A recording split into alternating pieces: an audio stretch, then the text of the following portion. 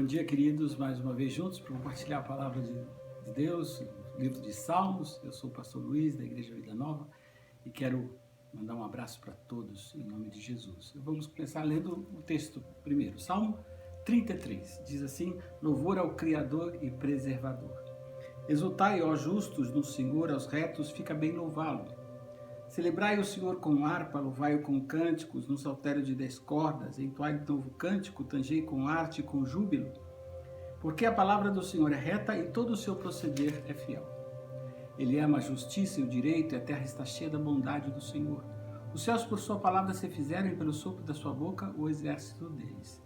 Ele ajunta um montão, as águas do mar, e um reservatório encerra as grandes vagas. Tema ao Senhor toda a terra, temam-no todos os habitantes do mundo, pois ele falou e tudo se fez, ele ordenou e tudo passou a existir. O Senhor frustra os desígnios das nações e anula os intentos dos povos. O conselho do Senhor dura para sempre, os desígnios do seu coração por todas as gerações. Feliz a nação cujo Deus é o Senhor e o povo que ele escolheu para a sua herança. O Senhor olha dos céus, vê todos os filhos dos homens, do lugar da sua morada, observa todos os moradores da terra. Ele que forma o coração de todos eles, que contempla todas as suas obras. Não há rei que salve com o poder dos seus exércitos, nem por sua muita força se livre o valente.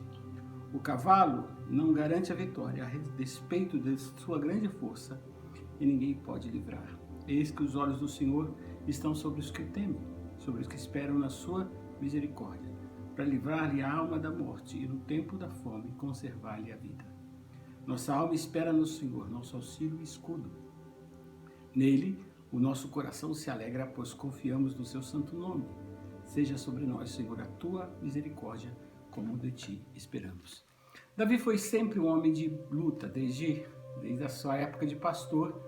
Ele enfrenta o leão, ele enfrenta o urso. Mais para frente ele enfrenta Golias e ele saía em muitas guerras e todas elas ele era vencedor. Tanto que havia até cânticos, músicas feitas em honra a ele pelas vitórias que ele conquistava. E ele formou a nação, unificou o norte do sul, reuniu todos os tribos, organizou a nação, organizou o culto. Ele foi a pessoa especial que formou a nação de Israel. Saul tinha tentado, mas não conseguiu unificar efetivamente o norte do sul. Mas foi o Davi que fez isso, quando ele conquistou Jerusalém. Ele se dispôs depois a servir a Deus de maneira mais profunda, porque Deus requeriu que ele comprasse o santuário. A despeito de toda essa grandeza, de toda essa força e toda essa sabedoria e conhecimento, ele diz que a grandeza e a bondade de Deus se vê pela terra. E não é ver a bondade dele ou a grandeza dele, mas a grandeza de Deus. E é difícil para nós olharmos e imaginarmos que a bondade de Deus se manifesta na terra hoje, quando a gente vê essa confusão louca. Confusão na saúde, confusão na educação, confusão no governo, confusão no mundo inteiro. E dizer assim, a bondade de Deus se observa no mundo. Mas ele diz aqui como e onde? Ele diz que são os males, são as montanhas. Ele diz que essa bondade, essa organização que existe tão perfeita.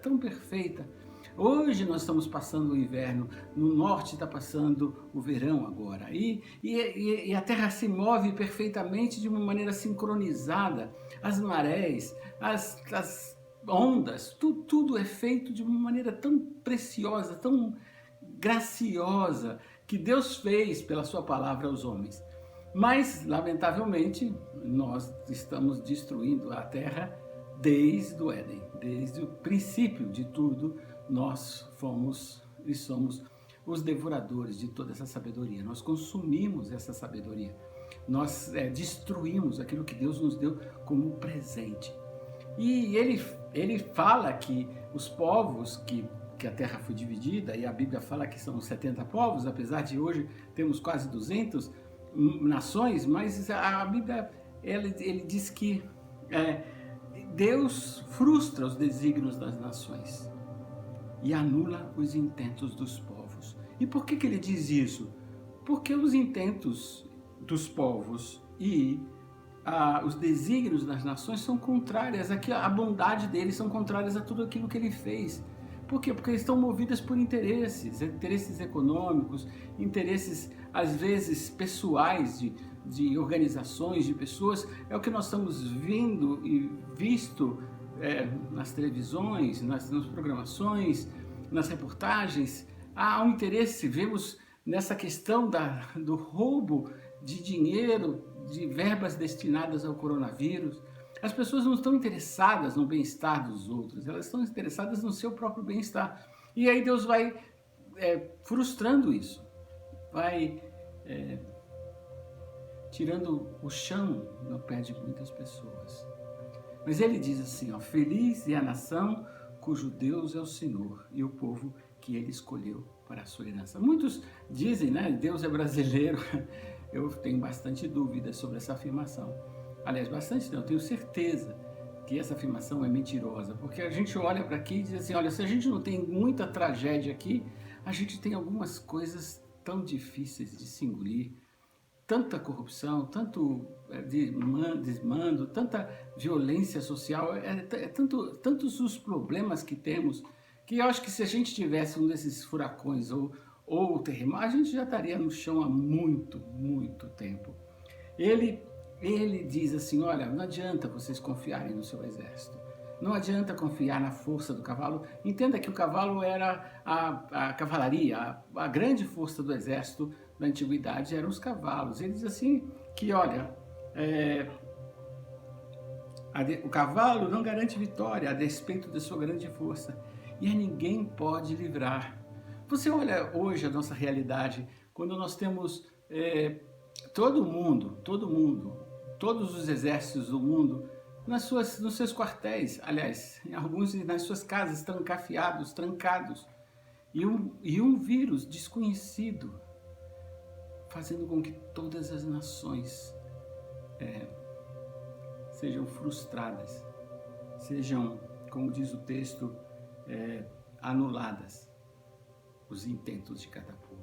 Mesmo os Estados Unidos, com o despeito do grande exército que possui, a Coreia do Norte, a China, cada uma dessas pessoas que hoje, ou dessas nações que hoje se manifestam como poderosas no mundo, estão absolutamente impotentes diante dessa epidemia.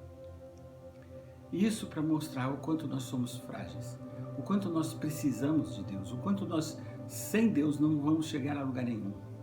O quanto nós precisamos entender da graça e da força e do amor de Deus. Ele termina, nossa alma espera no Senhor. Nosso auxílio, Ele é o nosso auxílio e escudo. Nele o coração se alegra, pois confiamos no seu santo nome. Eu te convido a confiar em Deus. Confiar absolutamente nele. E não pense que é esse ministro, ou aquele ministro que saiu, o outro que vai entrar, seja lá qual for, esse presidente, ou aquele outro, ou aquele governador, vai resolver as nossas vidas. Eles não vão resolver. Quem vai resolver somente é o Senhor. Eu convido você a confiar nele. Que Deus te abençoe.